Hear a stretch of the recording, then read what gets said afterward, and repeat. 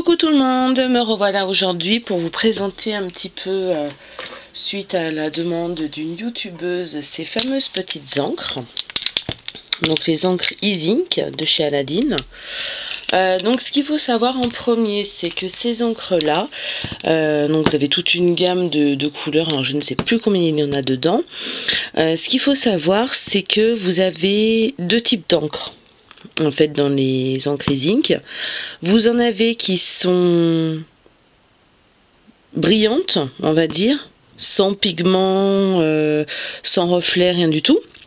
Et après, vous en avez donc comme la bleue que j'ai ici, où dedans vous avez plein de petits pigments, un petit peu comme dans les glimmers, donc qui fait un reflet après, donc c'est très irisé, brillant et irisé, alors que celle-ci non.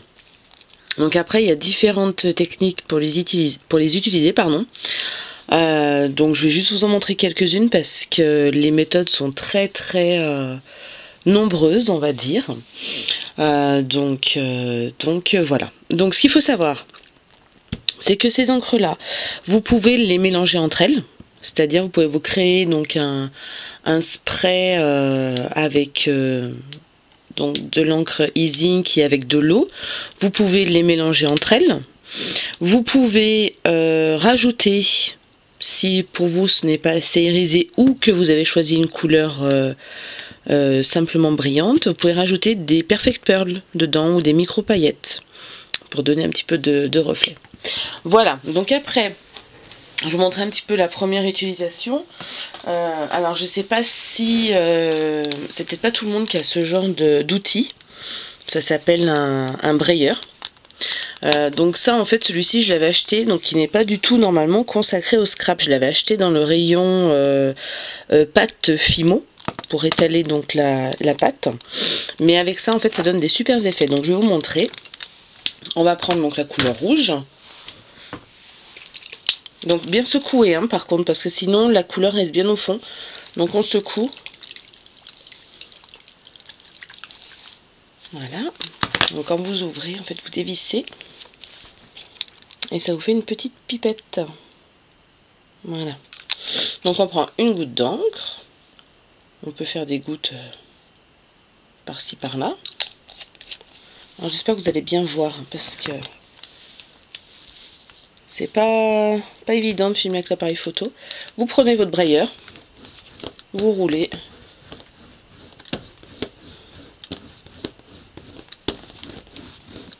Donc si c'est pas uniforme, c'est pas grave, hein, d'accord. Voilà, donc après on prend une lingette, de préférence, hein, parce que sinon, si à chaque fois vous courez pour aller le nettoyer, ben on va pas y arriver. Donc on passe un petit coup de lingette simplement dessus. Vous voyez, ça nettoie très bien. Bon là, j'ai fait exprès, j'ai pris des lingettes pour nettoyer la cuisine, la salle de bain, parce qu'au moins elle nettoie plus que les lingettes bébé. Voilà, elle est tout propre. Un petit sopalin pour essuyer.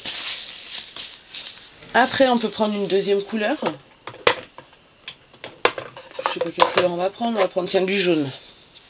Donc même principe, alors celle-ci est irisée. Hein. Même principe, on mélange, on en prend quelques gouttes. On en met par endroit. J'ai l'impression que le...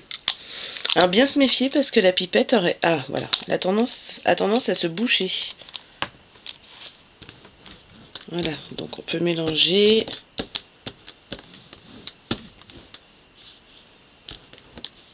Voilà.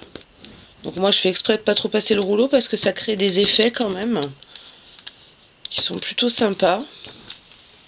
Donc après en plus on peut s'en resservir pour pardon, pour créer des fonds de page, pour découper des embellissements, pour créer des cartes, pour enfin voilà, il y a plein de possibilités avec ces petites choses. Hop, un petit coup de sopalin. Créer des tags aussi, j'ai oublié de vous dire, on peut créer de super jolis tags. Voilà donc ce que ça donne. Alors je sais pas si vous arrivez à voir un petit peu les reflets. Donc on voit bien que la jaune est irisée alors que la rouge ne l'est pas. Hein. Donc après ça crée des jolis fonds. Donc là je l'ai utilisé pur. D'accord. Donc après si vous voulez l'utiliser avec de l'eau, vous avez des reflets, enfin des effets plutôt aquarelle. Je vais vous montrer ça. Alors j'avais à une époque, j'avais une petite palette de peinture. Bon, bah je sais pas où je l'ai mise, c'est pas grave, on va se débrouiller autrement. On va prendre un petit gobelet ici, un petit gobelet tout simple. On va changer de couleur, on va prendre du orange. Donc orange, vous voyez, la couleur se mélange là, parce qu'elle était bien au fond, donc on mélange bien, on secoue.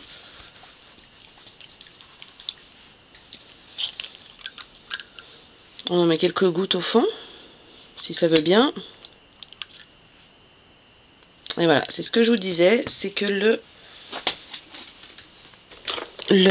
comment dire, la pipette se bouche en fait. Donc on prend juste une aiguille et normalement ça devrait marcher. Voilà. Donc on en met un petit peu au fond. Enfin un petit peu. Après ça dépend de l'intensité que vous voulez donner. Là est toute la question. Donc avant de rajouter de l'eau, je vais quand même vous montrer.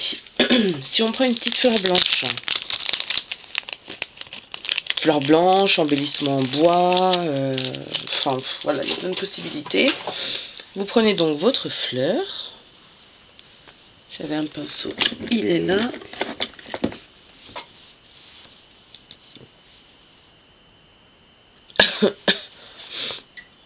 Je suis désolée, je parle encore du nez, donc normalement si vous m'entendez plus, c'est que pardon. Donc là, on prend une petite fleur, on la peint.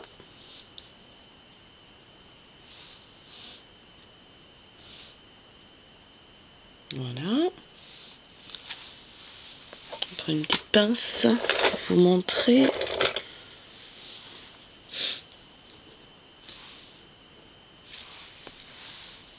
Voilà ma petite fleur. Vous voyez, c'est hyper simple. Hein. Un coup de pinceau dessus et hop,